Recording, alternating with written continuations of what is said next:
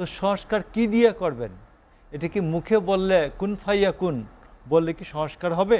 আমলাতন্ত্রকে লাইনে আনার জন্য আপনার সাহস লাগে, আপনাকে শক্তি প্রয়োগ করতে হয়, চোখ রাঙাতে হয়। আওয়ামী লীগ যেমনভাবে ক্ষমতায় ছিল, এটা স্বাভাবিক গতি প্রকৃতির একটা সরকার না। আর আওয়ামী লীগকে রিপ্লেস করেছেন যে সরকারটি, এই সরকারটিও আইন মেনে, সংবিধান মেনে এটা কিছুই তৈরি করা হয় নাই। মোশাররফ আহমেদ ঠাকুর, আমরা একটা আলোচনায় যদি যেতে চাচ্ছি, সংস্কার নিয়ে অনেক কথা হচ্ছে। 1 মাস হলো এই সরকারের, অনেকে বলছেন যেটা প্রত্যাশিত ছিল সেই গতি নেই। সে আলোচনায় যাওয়ার আগে আপনার কাছে একটি বিষয় জানতে চাই যে বিভিন্ন সময় যে দুর্নীতি, অনিয়ম বলা হয়, অর্থ পাচার, লুটপাটের যে সীমাহীন অভিযোগ তোলা হয় বড় বড় প্রকল্প নিয়ে, সেই সব প্রকল্পে যারা প্রকল্প বাস্তবায়ন করেন বা যেসব প্রকল্প চলমান ছিল তার কি একটি নিরীক্ষা হওয়া উচিত কিনা, নাকি কন্টিনিউ করা উচিত? আপনার কি মনে হয়? ধন্যবাদ। বেশ কিছু প্রকল্প কন্টিনিউ করার কথা বলা হচ্ছে। ধন্যবাদ এসএ টিভির দর্শক শ্রোতা, উপস্থাপক, অপর দুই বিজ্ঞ আলোচক। দেখুন, আপনি যেটা বলেছেন যে সরকারের একটা কন্টিনিউশন থাকবে, কিন্তু আমরা যে সরকারটি বিদায় হলো, এই সরকারটিও একটি স্বাভাবিক সরকার না, আর এই সরকারের পরিবর্তে যারা আসছেন এরাও স্বাভাবিক সরকার না। দুইটা ভিন্ন পটভূমির সরকার। আওয়ামী লীগ যেমনভাবে ক্ষমতায় ছিল, এটা স্বাভাবিক গতি প্রকৃতির একটা সরকার না। আর আওয়ামী লীগকে রিপ্লেস করেছেন যে সরকারটি, এই সরকারটিও আইন মেনে, সংবিধান মেনে এটা কিছুই তৈরি করা হয় নাই। এটি একটি এক্সট্রা কনস্টিটিউশনাল, তারপর একটা বিশেষ পরিস্থিতির একটা সরকার। তবে এই সরকারের লেজিটিমেসিটা হচ্ছে যে বাংলাদেশের পতিত স্বৈরাচার ছাড়া বাংলাদেশের সবার সমর্থন আছে, নিরঙ্কুশ সমর্থন আছে এই সরকারের প্রতি। তো আমি আপনাকে বলি যে এই সমর্থনগুলি, এই নিরঙ্কুশ সমর্থন কিন্তু 360 ডিগ্রি ঘুরে যেতে কোনো সময় লাগে না, ঘুরে যায়, বহু সময় ঘুরে গেছে। আজকে এই সরকারের প্রায় 1 মাস 2 দিন, আজকে 1 মাস 2 দিন, 1 মাস 2 দিনের মধ্যে আপনি দেখবেন যে একটা সরকারের চলে স্টেট মেশিনারিজ দিয়ে চলে। স্টেট মেশিনারিজের মধ্যে প্রথম জিনিসের নাম হচ্ছে বেসামরিক আমলাতন্ত্র, তারপর হচ্ছে সামরিক আমলাতন্ত্র। বেসামরিক আমলাতন্ত্রের মধ্যে 2টি পার্ট, একটা হচ্ছে পোশাকি, একটা হচ্ছে পোশাক ছাড়া। আসুন আমি আপনাকে বলি যে আজকে যে এপিডি বলে একটা ডিপার্টমেন্ট আছে, appointment posting department. APD additional secretary বা জয়েন্ট সেক্রেটারি, এপিডি সংস্থাপন মন্ত্রণালয় বা এখন জনপ্রশাসন মন্ত্রণালয়। আজকে বিকালে জনপ্রশাসন মন্ত্রণালয়ের এপিডি ডিপার্টমেন্ট ভাঙচুর হচ্ছে।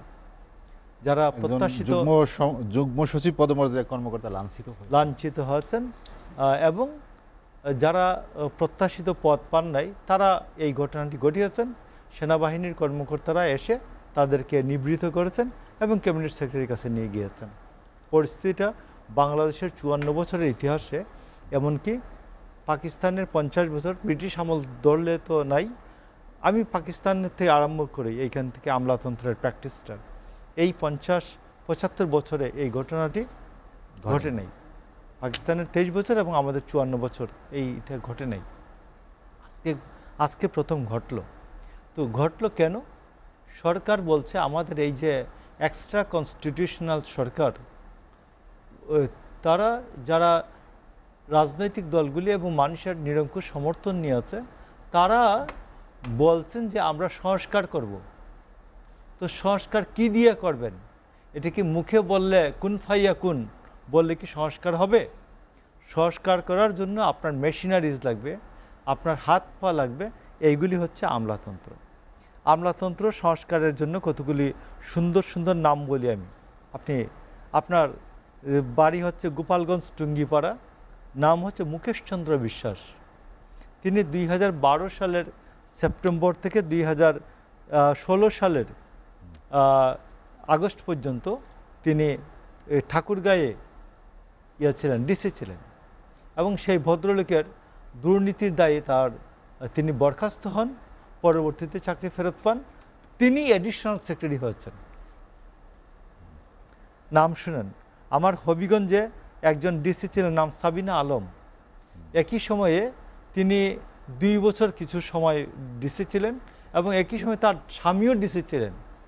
তাহলে কত বড় আওয়ামী লীগের হলে স্বামী স্ত্রী দুইজন 2 জেলায় একই সাথে ডিসি, তারা দুজনও প্রমোশন পেয়েছেন, এডিশনাল সেক্রেটারি হয়েছেন। আপনি প্রমোশন পেয়ে এই সরকারের আমলে ডক্টর ইউনূস, প্রফেসর ইউনূসের সরকারের সময়ে তাজুল ইসলাম, এই যে বিগত সরকারের পতিত সরকারের স্থানীয় সরকার মন্ত্রী তাজুল ইসলাম, তাজুল ইসলামের পিএসের নাম নাসির। নাসির কে আমাদের হাসান আরিফ তিনি বলেছেন যে বাবা তুমি আমার সাথে থেকে যাও।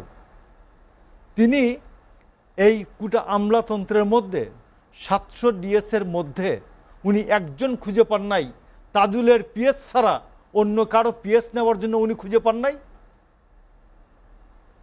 আসুন, ক্যাপ্টেন তাজের পিএস বিখ্যাত সোনাচুরির গল্প আমাদের সাবেক প্রধানমন্ত্রী পতিত স্বৈরাচার শেখ হাসিনা তিনি সংবাদ সম্মেলনে বলেছিলেন, আপনি মনে করে দেখুন যে রুহুল আমিন ভাই, যে সংবাদ সম্মেলনে বলছিলেন যে স্বর্ণকাররা নাকি মায়ের কানের স্বর্ণ বানানোর সময়ও অলঙ্কার বানানোর সময় স্বর্ণ চুরি করে। এটা প্রধানমন্ত্রী নিজে বলছিলেন, সাবেক প্রধানমন্ত্রী।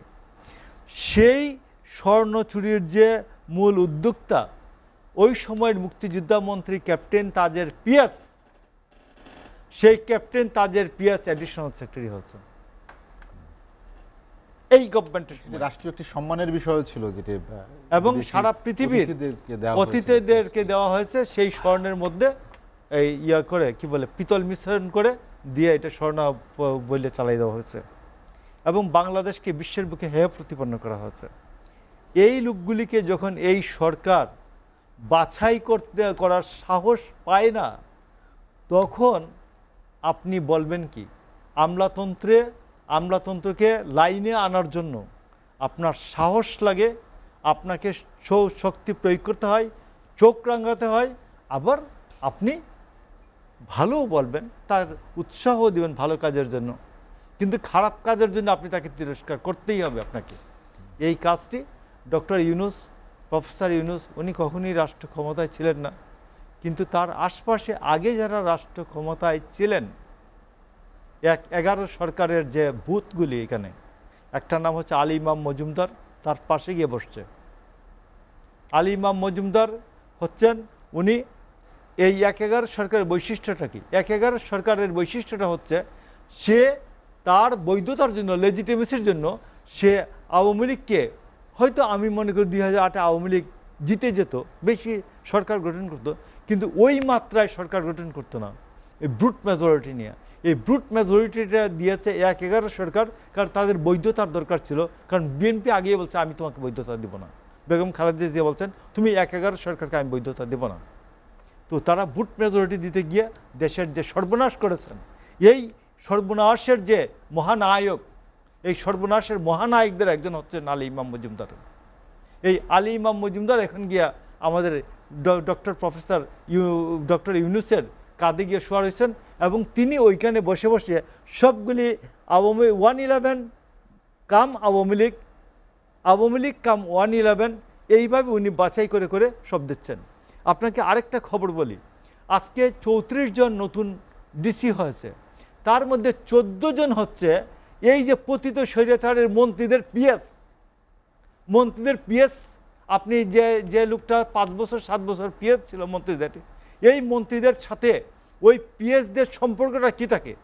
ওই মন্ত্রীদের স্ত্রীরা জানেন না যে ওই মন্ত্রীরা কি করেন, বাট পিএসরা জানে মন্ত্রী সাহেবের রুমে কি আসা যাওয়া করে। তো ওই পিএসদের 14 জন 14টি জেলায় আপনার আজকে ডিসি হয়েছেন। তো আমি আপনাকে বলি, এই আমলাতন্ত্রকে সংস্কারের জন্য আপনি যেটা বলেছেন, সংস্কারের জন্য প্রথম পদক্ষেপই হচ্ছে আমলাতন্ত্রের নির্দলীয়করণ। আর সংস্কারের প্রথম পদক্ষেপ হচ্ছে আমলাতন্ত্রকে তার আপন মহিমায় প্রতিষ্ঠা করা। অন্যথায় আমি 2 দিন পরে হয়তো সেখানে বলবো, পথিক তুমি কি পথ হারাইয়াছ?